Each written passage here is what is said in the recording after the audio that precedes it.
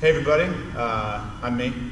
Today I have a real fighter with me. This is Cruz over here. This is my jiu-jitsu instructor. What's up, Jason? This is why I'm so lethal on the mat. People are always saying, how do I get so good? It's not really, I'm terrible, but it's only because I haven't known him that long, but since I have. I'm almost a blue belt, so watch out, all you blue belt wannabes. I am a dangerous man to you, everybody else. Shit, lucky you.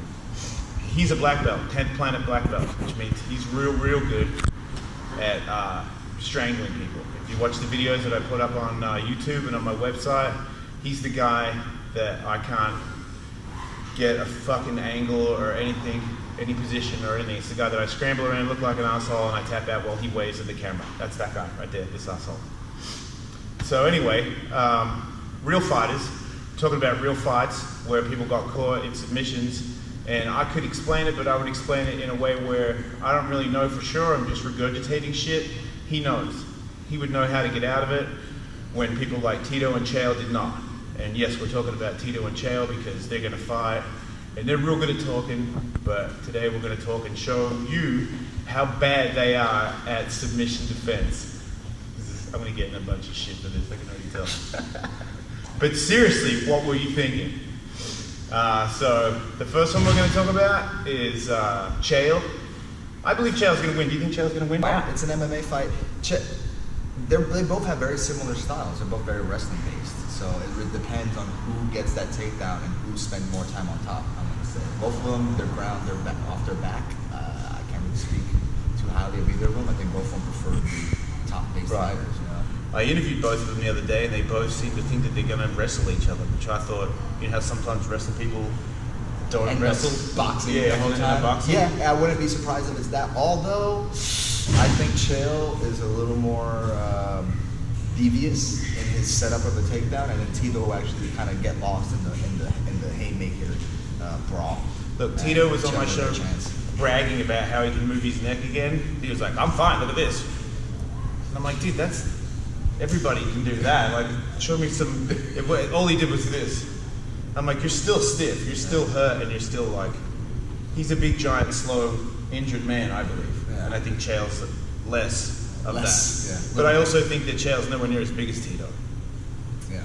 So, but anyway, I think Chael's better at. And once again, I don't know shit, but he looks better and sneaky. We both agree about that, and I think Tito is showing everybody what he's going to do for the rest of his career. And I don't know about, getting caught in a submission by another wrestler, does that happen? Oh yeah, all the time. These guys have that stuff? Yeah. You believe that that's... They're MMA fighters, yeah. You don't think it's a ground and pound thing they're going to be going for? Tito, yes. Tito, right. He loves elbows inside the guard. That was always his thing since the mid-90s. So anyway, the first one that is to me the most impressive because it's not about how good Tito or Chael is, it's about Damian Maia and how he submitted Chael. First of all, a knee to the stomach and then throwing him down to the ground. And what I looked at first when I first watched it, it looked like he threw him to the mat and landed in a triangle, but he lands in a mount, right? Yeah. So he lands in a mount, and then Chael is trying to duck underneath one of his legs and try to pop under and roll him. Right. But one arm gets stuck. One arm gets caught underneath. Yeah. Do you think his initial plan was both arms, or it was one from the start? I think it's better to do both arms and completely clean out. Right. Because one arm in, you're putting yourself in a triangle. He told me that. It's not a good idea. Never do one arm in, one arm out. It's this or it's this. Exactly. It's very stupid for someone to be in MMA for this long and do this. What were you thinking, Chael Sonnen? What were you thinking? Well, he was trying to come out his butt, so I'll show you what happened. So let's say I'm playing Chael, right? And you. That makes no sense, but okay. You landed on top with the double overhooks. You were bad, full mount, right? Right. You had double overhooks too? I did? Yeah, double overhooks and arms was underhooks. Oh, sorry. That's why you're like the overhooks. They were here, right? Bam. So he took him down and landed here, right? Yeah. And then I believe Damian either went up to punch or grab an underhook with this arm, right? So we removed this arm. He went to punch or grab an arm, and in that moment, Chael went underneath this leg and was trying to bridge up. And in an attempt, most likely, try to get Damian all the way over, get a full bridge, try to, if he was so heavy, try to get all the way up, boom, and get on top of your posture and possibly start punching delivering some damage from inside the guard. The problem with that is, you see how heavy it is, unless... When you put your arm under, he put that under your head, right? Yeah, but he slid up and then just held on to this position and stuffed the initial push from Chael. So this knee was too heavy, right? So he went here, boom. He realized it's too heavy, and Chael had to stop with that burst of energy. And at that point, Damien realized that he had a window of opportunity to lock in a triangle, controlled his head, and then rolled. Now, when it was ready on Damien's terms, he rolled to the side he wanted to. But as he rolled, he went and controlled the back of his head and locked in a triangle, which Chael had almost no opportunity to back out of. I'm being Damien Meyer right now. This is fucking funny. They had no chance to back out of or even posture up because he rolled right into it. And Damien pretty much led him down that path. So what could have he done to stop that? Besides pull one arm. Awareness of the arms. Awareness of the arms. So when he got mounted, instead of trying to put one arm underneath, two at the same time? Two at the same time. Or I would have gone deep half maybe for that kind of thing. So if he was in full mount, if I wanted to plunge two arms underneath for that kind of defense, I would want to go both on the same leg and try to get underneath out to deep half, which will give me a back door perhaps. Or if he stays heavy with me, right, I can go quarter guard and work the homer. Try to get some of this going. Once I can get him on his butt, I can come over, work that pass. That's a little better ideally, just having one arm pinned underneath and trying to strength roll the guy over. It's risky, and if it doesn't work, you leave yourself in a hole. But if I put two arms under like that, I'm Damien Meyer, what's his... And MMA, then you're getting punched in the face though too. That's the thing, so you gotta go. So in MMA, they're... But one arm in, two arms in, like really, you don't want to get caught either way, like... Yeah, two arms in. You are making a break for it, Two arms in, there's nothing to protect your face. So you have 2 or 3 seconds before you take a big elbow. So when you put that in, you could have had this one over his Perhaps, yeah. That might have been a better idea. Have one arm protecting, one arm in, but then it's going to be hard to get that lift. And your body needs to eventually... Because he didn't have that protecting his face. He just put one arm in. Yeah, one arm in and one arm here. So Damien could have technically elbowed him. Right, he didn't have this to cover his face anyway. Yeah, but Damien was thinking jiu-jitsu. Right. So instead of striking, he just stayed heavy, position, until he was ready to roll right into that triangle. So he did fuck up. Like that is like textbook, right? Like if you get taken down and someone's in the mount like that, you never just stick one arm in. Yeah. Chael fucked up in the sense that Damien is really good to capitalize on the tiniest mistake. You all are. That's your thing. that's what jiu-jitsu is for. Yeah, he's a great black belt, and he shows it every time. All right. Well, there you go, Chael. Next time, do what he did. Yeah.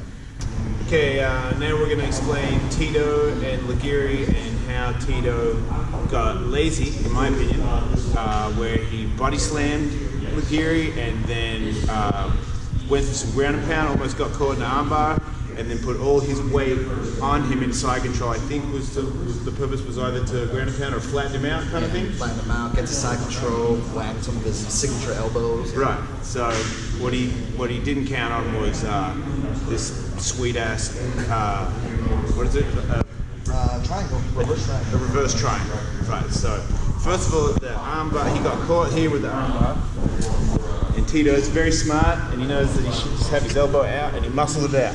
As soon as he got it out, he put his weight down on the dude, and not knowing, like chest on this shin right here, which it like. And sweaty. There's some sweat happening here too. So he's weighing on that, and you can see Tito for a second go, okay, I got my weight on you. Now what am I gonna do? As he does that, Liam grabs the tricep, pulling him in, and shoots the bottom leg through the stomach, which makes him fall down and through to that final triangle position on the outside. Yay! I don't do drugs anymore, so I'm always into that. It's like a free rush right there. It's a bonus. So, what he should have done is had his palm on the inside of your neck. Yeah. And he did not do that. Yeah, control the bottom leg, or at least keep it back. Just keep it shallow. So it seems like both of them just like forgot fundamentals for a second. Yeah, and it's very easy to do that in the middle of an MMA fight when punches and elbows are flying. That's the hardest part of keeping your shit together in the middle of a fight. You can get black belt, you get kicked a couple times, now you're a brown belt, now you're a purple belt. And I've heard that. There's levels to that. Oh yeah, especially getting hit. And you're on the bottom. Oh man, those are the great moments. Like the fighter on the bottom did a great job of letting Tito get into a rhythm. Start feeling like, all right, I got this guy. And in those moments, the jiu-jitsu capitalizes the most. So you think that both like when you're on your back and someone like Tito's doing that he was waiting for Tito to have a little bit of a perhaps a break for a second? Yeah, there was a lull in between, and I'm pretty sure he's done that transition hundreds of times in practice. You know, going from that arm bar to that triangle right there. Yeah. But wouldn't you think that Tito has done that thing where he was in side control and he's done that repetition a few times? Yeah, and he just was a little too didn't put his tired hand for there? half a second. Yeah, just got tired for half a second, laid his weight on a little too heavy, and in that moment got pulled in and caught in the triangle. Is it sketchy to be like on your back and be like a black belt in jiu-jitsu and wait for a mistake when somebody's raining punches on your head? Sketchy. Hell yeah, it's sketchy. And you're like, I'm just gonna wait until he makes a mistake. Yeah. In the meantime, I'm gonna get punched in the head. No, that's not a good tactic. Right? I mean, I would play rubber guard from the 10th planet system and keep your head safe. Train here. No, seriously. I mean, that's why we've been doing it for the last over a decade. Is having a no-gi system and controlling people's posture, so they're not waiting up and throwing punches. So you can do black belt shit off your back on the ground. I'm a black belt, rubber guard. You know my legs. I don't have a rubber guard. I stay? But you're saying if I stay with you, my legs will become rubbery enough to have a rubber guard? Yeah. If you go to Muay Thai school, are you kicking heads in the first day? Yeah, none. All right. Same process. You gotta work your way. You know what? That's funny. One of my pro skateboard buddies is like, you can't kick anybody in the head. I'm like, I fucking kick people in the head all day. He's like, no, you can't, dude. You're stiff as shit.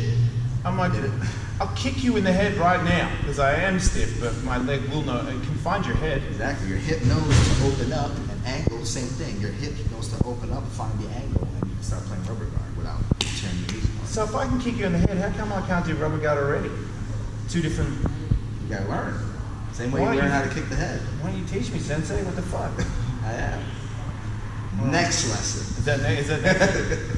That's my next. That's what I'm gonna. That's the next. That's okay. The Next thing I'm once you get your blue belt, yeah. Wait, I don't get rubber guard until I gotta get blue belt. Then I get rubber guard lessons. For you, yeah. What's that all about? Because you're stiff as shit. God damn it. I know. It's hurting being on my knees right now. All right, so there you go. That's how to be better. I mean, really, I feel like if you're as bad as I am, that fundamentals seems to be the lesson to be learned today. And the more you practice, because that's the one thing that I do know from fighting is, if you think about it, you've already fucked yourself. So I just practice it enough to the point where it's like if I throw a left hook, my hand's on the other side of my jaw because I don't think about putting my hand on the other side of my jaw. It's just there because I spent a lot of time throwing that punch with my hand on my jaw. That way, when someone counters me, I don't get punched and knocked out. It's just the same with jiu-jitsu, which is all over again. It's fucking, I completely have to restart, relearn everything all over again. I am in deep water with no arms every time I come here. I'm fucking terrible. But I love it because I could never have a bad day because I was always worse last week than I was this week. Yep. As long as you have that mentality, you're always going to get better. That's how black belts are made. So watch out, Rubber Legs Jackson's coming your way. Thanks for being a part of this. It did help me out. Yeah.